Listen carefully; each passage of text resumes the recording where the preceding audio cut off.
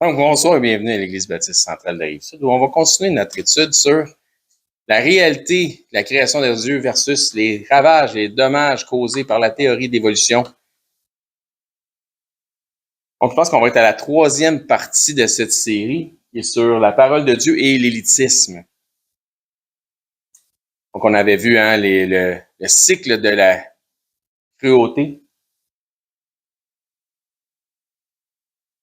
Non, le cycle de la destruction, pardon, c'est ce que je voulais dire. Donc, le cycle de la destruction, on part de là un petit peu. On avait vu pas mal ce qui était de l'élitisme, comment Dieu désapprouvait d'une façon très claire tout ce qui était l'orgueil lié à un esprit de je suis quelqu'un au-dessus des autres. Donc, j'ai quelque chose de plus que les autres. Je suis un élu. Même Jésus-Christ n'est pas venu dans cet esprit. Il était Dieu en chair. Donc, maintenant, on va passer vers à partir de l'élitisme. L'élitisme engendre le contrôle. Donc, dans Luc 22-25, on va voir beaucoup la parole de Dieu, là, ce qu'elle en dit de ces choses-là. Ça nous dit, Jésus leur dit, les rois des nations les maîtrisent et ceux qui les dominent sont appelés bienfaiteurs. Donc, il y a une question de question de contrôle. Donc, l'élitisme engendre un désir de contrôle. On ne peut pas avoir, s'il y a l'élitisme, il y a le contrôle. Donc, les élites, qu'ils soient politiques, militaires, commerciaux, donc on voit plusieurs marques ici, qu'elles soient financiers ou religieux, technocrates, ceux-ci cherchent ou recherchent tous un monopole pour obtenir un maximum d'influence et de contrôle.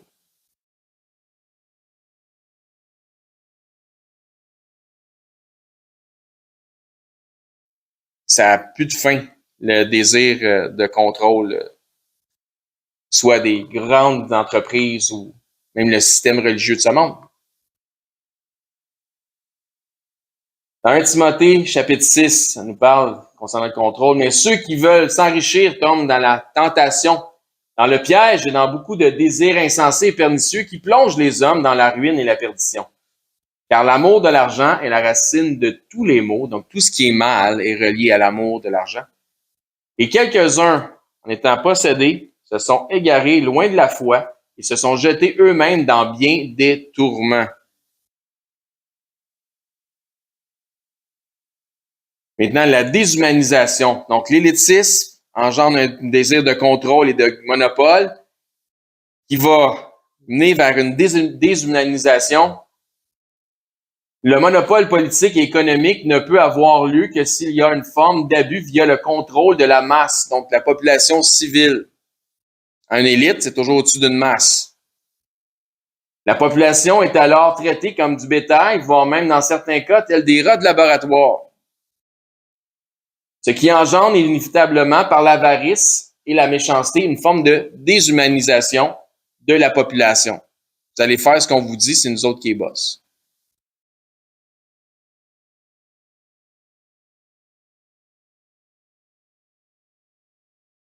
Vous allez vous soumettre. Même si on menace votre santé ou votre vie ou peu importe. Maintenant, la déshumanisation. On est toujours dans le cycle de la méchanceté. Philippiens, chapitre 2. Ne faites rien par esprit de parti ou de vaine gloire. Rien par esprit de parti ou de vaine gloire, mais que l'humilité vous fasse regarder les autres comme étant au-dessus de vous-même. Que chacun de vous, au lieu de considérer ses propres intérêts, considère aussi ceux des autres. Donc, les intérêts de qui il faut considérer en premier? Ceux des autres. Pas. Donc, c'est exactement contraire à l'esprit d'élitiste qui mène à la déshumanisation. Ayez en vous-même les mêmes sentiments qui étaient en Jésus-Christ.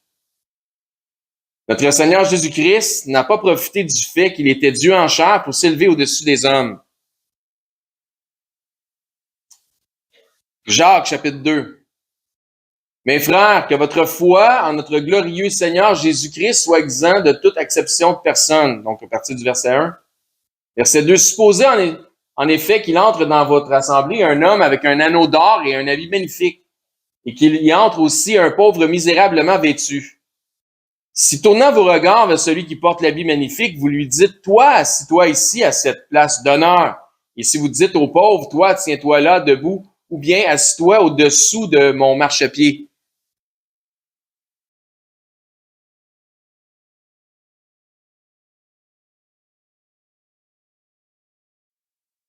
Ne faites-vous pas, verset 4, en vous-même une distinction et ne jugez-vous pas sous l'inspiration des pensées mauvaises.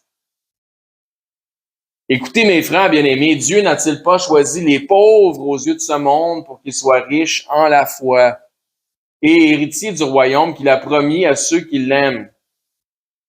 Il faut nous-mêmes, en tant que chrétiens, chrétiennes, ne pas s'imaginer être supérieurs à autrui, ni regarder certains hommes comme étant des personnages plus importants. Ça va dans les deux cas. C'est contre-intuitif. C'est pas très humain, ça. C'est pas l'humanisme mène à autre chose que ça. C'est exactement le contraire. Comme j'avais déjà prêché un message, Christ n'est pas humaniste. Maintenant, la cruauté.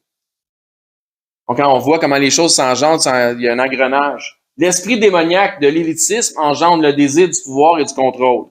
On avait compris ça? Le besoin du contrôle de la masse afin de conserver son statut d'élite engendrait éventuellement une forme de déshumanisation. La déshumanisation confirme dans l'imaginaire des élites la réalité de leur statut. Parce que les autres, s'ils sont déshumanisés, nous autres, on est au-dessus de ça. Nous autres, c'est comme des animaux, mais nous autres, on est le top du top. On est le pinacle.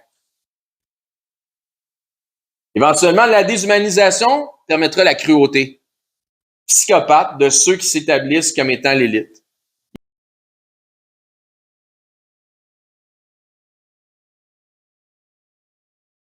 Ils vont se permettre de pouvoir tuer ce qu'ils veulent, qui qu'ils veulent, faire qu'est-ce qu'ils veulent avec qui qu'ils veulent, blesser, peu importe. Quand je vous disais tantôt, même voir jusqu'à du bétail ou des rats de laboratoire. On l'a vu hein, avec Auschwitz, comment ça s'est passé. Ils ont pris 150 femmes qui ont envoyé à Bayers. Ils sont tous décédés pendant les tests. Puis, envoie-moi-en 550 autres. C'est du bétail, c'est des rats de laboratoire. L'histoire se répète, les amis. L'histoire se répète.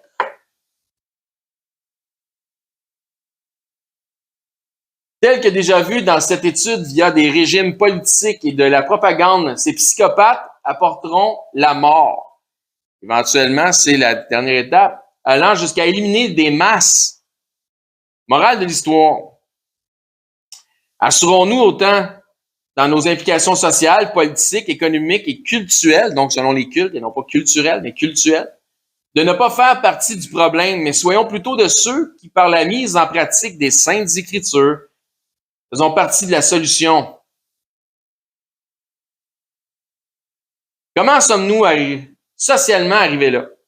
Qu'est-ce qui s'est passé? Pourquoi l'histoire semble-t-elle encore une fois se répéter, comme je disais? Faisons un petit récapitulatif.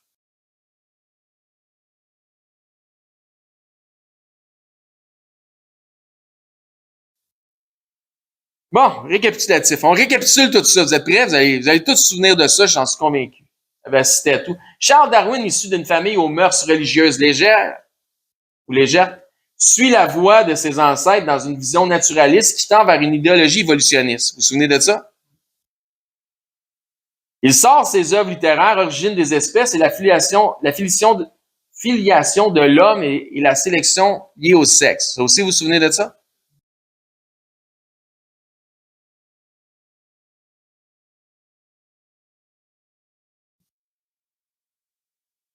Première Guerre mondiale, plus de 10 millions de morts et 8 millions d'invalides. Génocide en Afrique, Australie, Nouvelle-Zélande, Tasmanie, Arménie, etc. Génocide de la terreur rouge par Lénine. Génocide ukrainien par Staline. Génocide cambodgien par Pol Pot.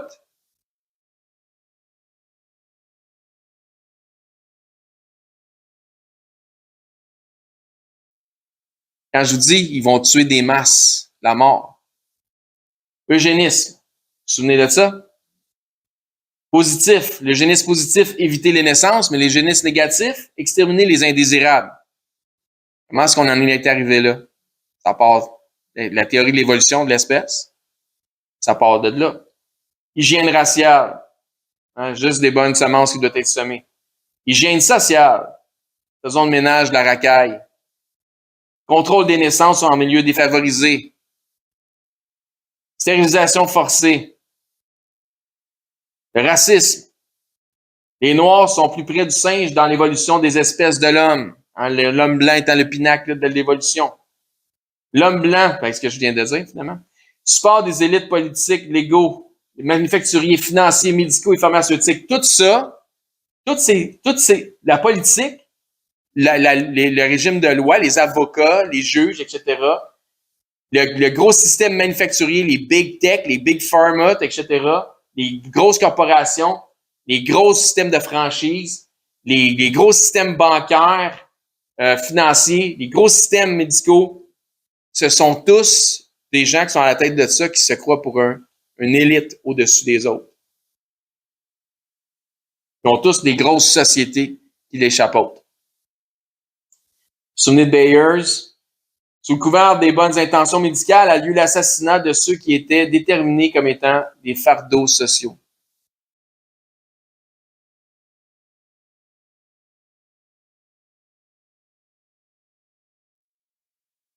Sous le couvert des bonnes intentions médicales a lieu l'assassinat de ceux qui étaient déterminés comme étant des fardeaux sociaux.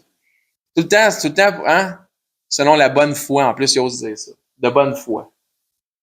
La lutte pour la survie du plus fort. Adolf Hitler, Mein Kampf, son livre, Mes luttes. Les nazis, le SS, la suprématie blanche aryenne, le Ku Klux Klan, la Deuxième Guerre mondiale, l'humanisme, le féminisme, le socialisme, le communisme, etc.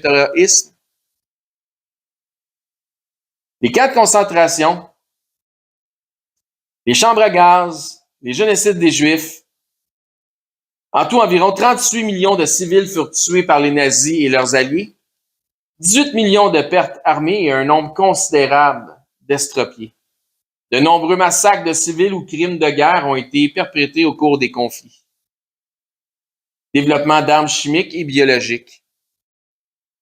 Hiroshima, Nagasaki.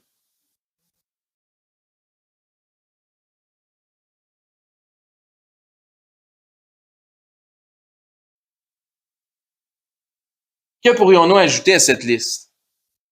Toute cette tragédie humaine a été influencée et accomplie par l'influence idéologique liée à la théorie de l'évolution. C'est un arme, c'est un outil. On va le voir. La progression libérale de ce monde est en décrépitude qui s'enfonce de plus en plus vers le chaos, est en partie liée dans l'histoire, d'une manière ou d'une autre, à la théorie de l'évolution. Comprenez-vous ça? Est-ce que j'ai réussi à vous amener à comprendre ça avec tout ce qu'on a vu à date?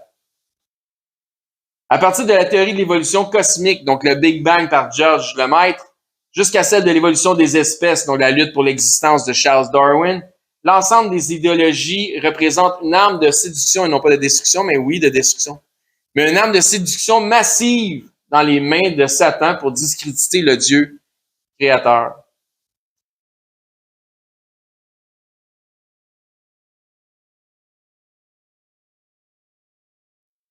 C'est de ça qu'il s'agit. That's all, folks. Potentiellement, si Dieu voulant, à la semaine prochaine.